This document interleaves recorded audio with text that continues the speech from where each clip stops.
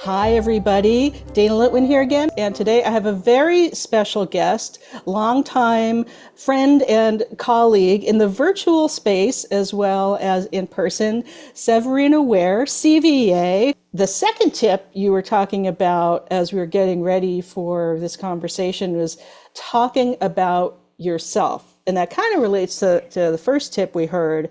But tell us more about, again, we're extroverts, so it's pretty easy for us that we could talk about ourselves all day and talk to each other all day. What are some specific things that you've done talking about yourself that you found have been most effective in that maybe persuasive conversation? There's a quote that I actually have written on the wall in my office by Lovey Jones. She's the author of Professional Troublemaker.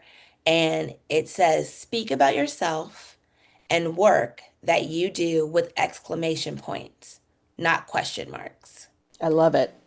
Speak about yourself and your work that you do with exclamation points, not question marks. If you're not convinced that you're worthy of good things, it'll be hard to get others to believe in you and what you're doing. Correct. So I always tell people, don't be afraid to showcase your successes and your contributions. I think all too often we think, I know like in the past, I've always thought like, oh, it's just volunteers that have done that. But it's like, no, volunteers got that done.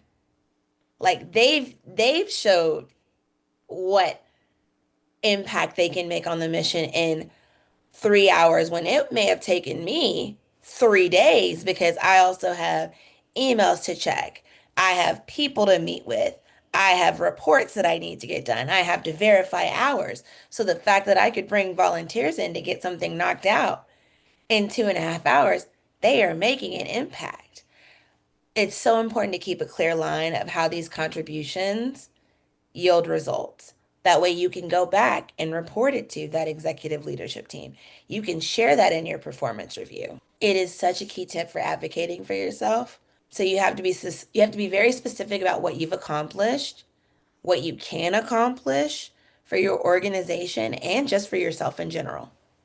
And I found that when you step it up to leadership or approach leadership, even if that isn't really set up as a communication pipeline yet in the organization, again, pulling someone aside for 5 minutes at the printer or the copier, having lunch together, just saying, oh, I just did this keynote. Oh, I'm sitting for my, I just renewed my CVA for 5 more years. Just bringing again, planting the seeds of Yes, planting the ideas, seeds. reincorporation, bringing it all back around, planting the seeds of ideas Yes. and talk about yourself in that way. And that's the core of what I've done in my whole career Mm-hmm. in also sharing the spotlight. So not having it come from an ego place, but that confidence place. And when you talk about, I want to go through these goals and these things, most decent managers recognize, oh, that is a leader. That is leadership potential. They're thinking strategically. So the more you show that you're thinking strategically and you know your worth, like your first tip that we had,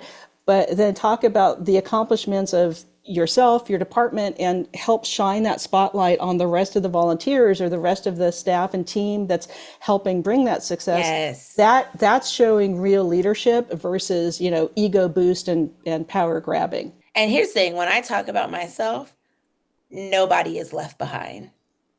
Yep. Nobody is left behind because I know that the only most my success comes from the people that I have surrounded myself with and the people that show up and help out with those volunteers. So someone can tell me, "Oh my gosh, you guys did such a great job at this event and this event." Thank you. Thank you so much. I really appreciate it. But let me tell you about some of the other staff that were boots on the ground that day helping with X, Y, and Z. They A showed up just as fabulous as I did. team effort. We're all one team, whether we're Hmm. volunteer, paid, full-time, part-time, everybody comes together for that common goal, and that's what leads to success. And that's Yes. something that, again, like you don't have to be in your perfect secret sauce situation of a good culture. You can start to change the culture with actions like that. I love those as Tuesday Yes. tips. Thank you so much for that.